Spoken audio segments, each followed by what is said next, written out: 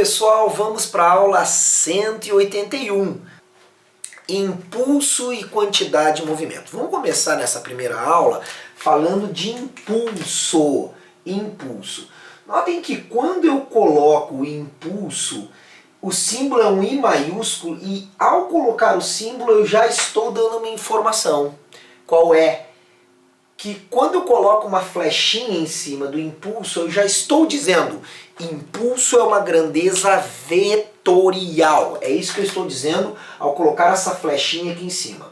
E se impulso é uma grandeza vetorial, nós sabemos, ele precisa de módulo, de direção e de sentido. Não basta apenas o módulo.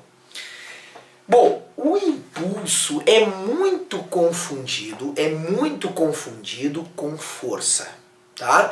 Vamos imaginar uma criança num balanço e tu está empurrando essa criança. As crianças todas gostam de andar de balanço como? Lá em cima ou fraquinho? Em geral não interessa, pode ter 2 anos de idade. Ah, lá em cima, tio, empurra mais, eu quero bem alto. Não é assim? Não é assim? Toda criança, pode ver, ela adora ir bem em cima. Então a pergunta é, eu quero empurrar, mas eu vou aumentar o impulso, porque eu vou fazer mais força. As pessoas confundem. Acham que impulso é força. Não, ele até vai depender da força. Não, todo mundo tem essa noção. Tem um objeto aqui, impulsiona isso aqui, um carrinho, sei lá, e tu chega ali e empurra. As pessoas acham que impulso é força. Ele depende, mas impulso não é força.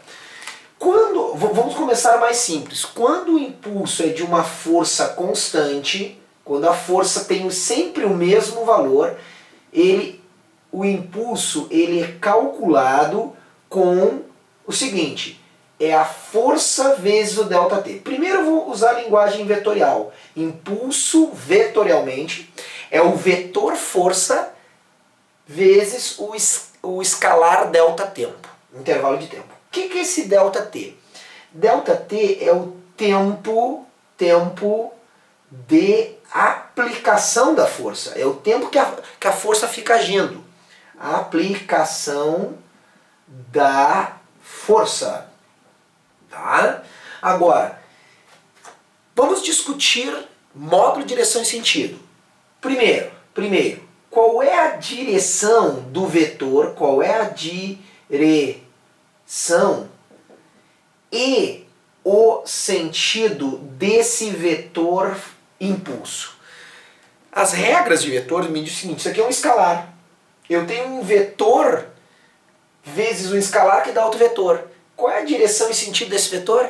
Exatamente a mesma direção e sentido desse vetor. Então a direção e sentido do vetor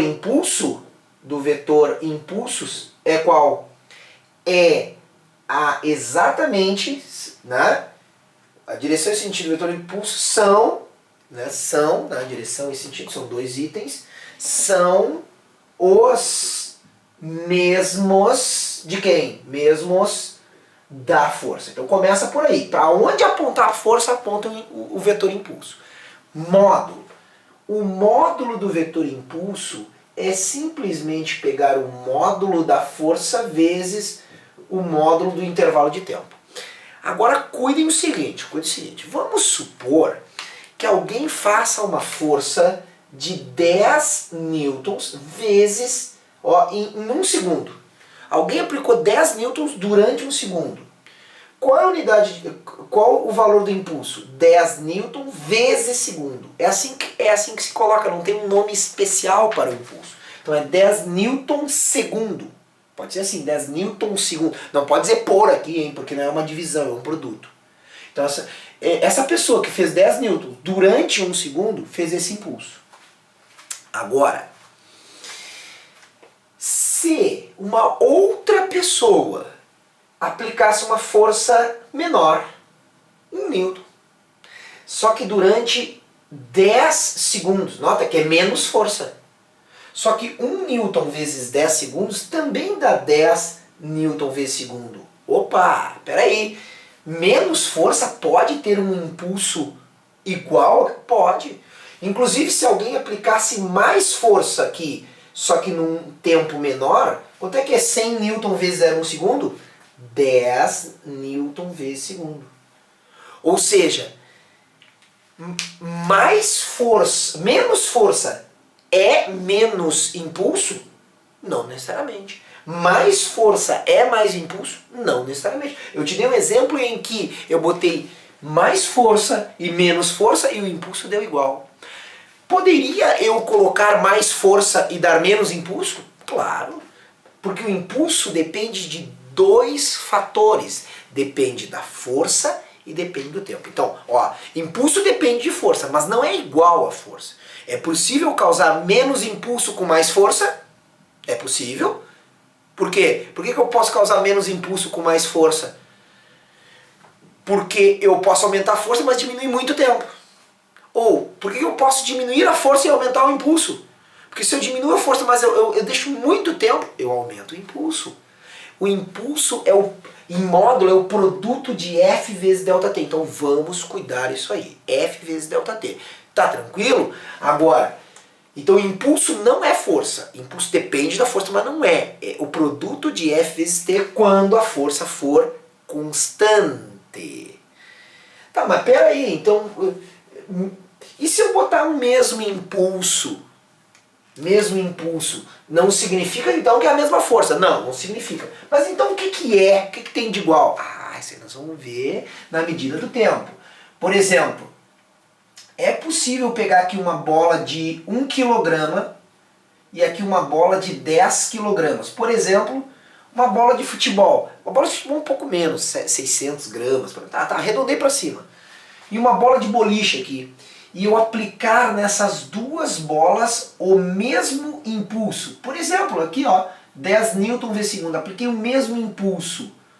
Bom, primeira pergunta. A força que eu apliquei necessariamente foi a mesma? Olha aqui, necessariamente eu apliquei a mesma força para ter um 10 newton vezes segundo? Não, não é a mesma força. Segunda coisa. Se eu der o mesmo impulso, pensa, uma bola com muito mais massa, muito mais inércia, a velocidade adquirida por ambas é a mesma? Tu já sabe que não, né?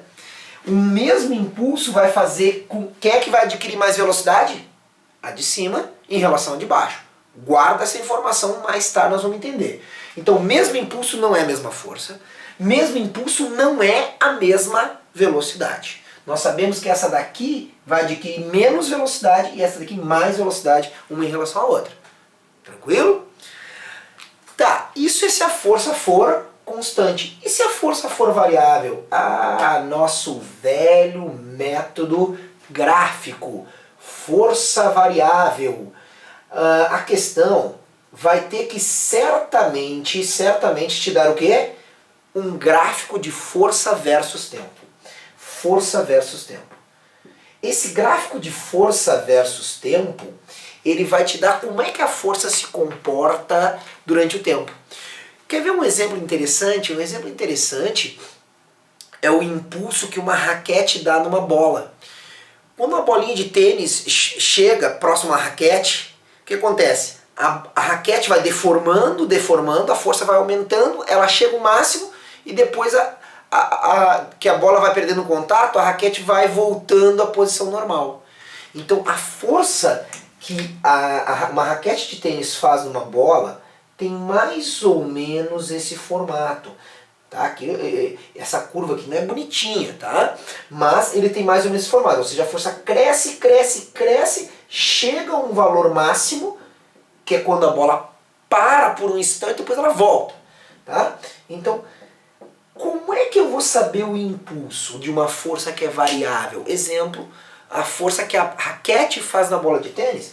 Aqui, ó, propriedade gráfica. Matematicamente, o que é F? F vezes T tem significado físico? Tem. Quando esse eixo vezes eixo, ó, eixo vezes eixo tem significado físico, nós, ao calcularmos essa área, nós teremos esse significado físico. Qual é o significado físico de F vezes T? Impulso. Então, força variável, a área, essa área aqui, te dará o impulso dessa força variável, tá? Então temos a primeira grandeza física que tu tens que saber o valor tem que saber essa grandeza aí, tá? Que é a grandeza chamada impulso, tá? A primeira ferramenta que tu tens que saber, tá bom? Tá aí, bem simples a aula, primeira aula sobre impulso, tá? Depois nós vamos ter quantidade de movimento, teoremas e colisões, tá certo? Então, a aula está encerrada, aquele abraço!